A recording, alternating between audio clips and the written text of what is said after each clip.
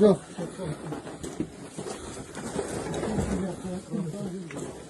Nasıl kırılacak? Yeter bulur be. Yeter bulur. Cılınma yok.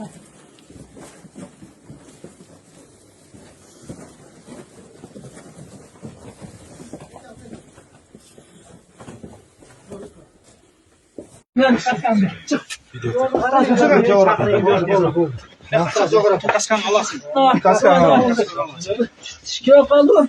Çık. Üstünüzle çarp olma. Pas. Cermeni, başla cermeni. Çık dur bana, dur dolaş. Oldu. Dört öyle. Sekiz çıkarım. Ver laglerinde. Haydi. Damla. Sen. Ama sen resim takı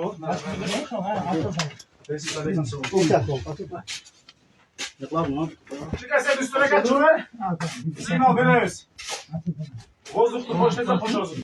2025 yılın 23 noyabr günü saat 21:54 şamasında Sülkşarına qarashlı Çiçekköy Adaxan şahsının Naçan Uçaskası tarafından bizge ma'lumot tushib, shaxsning ostida 4 qutqaruvchi qolib ketgani bo'yicha ma'lumot tushdi. O'sha uchurda dejurda janob navbatdagi bo'limchalar jalp 13 qutqaruvchi chiqib, ushul yerga kelib, o'shan qutqaruv ishlarining negizida o'sha Adaxan shaxsining 113 metrindagi uran nasda 4-kinchi qolgan aniqlanib, o'shan qutqaruv ishlarining yurishida qutqaruvchilar tomonidan o'sha 4 shaxs nasda qolgan qutqaruvchi aman eson chiqarib berildi.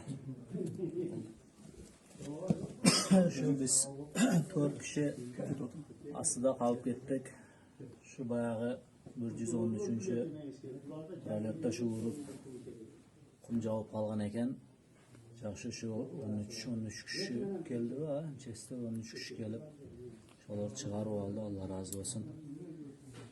Biroq opasneydi biz chiqalamiz biz yo'qmi deb o'ylanib qoldik. Biroq yaxshi shular kelib shu yerdan chiqarib oldi, Alloh rozi bo'lsin.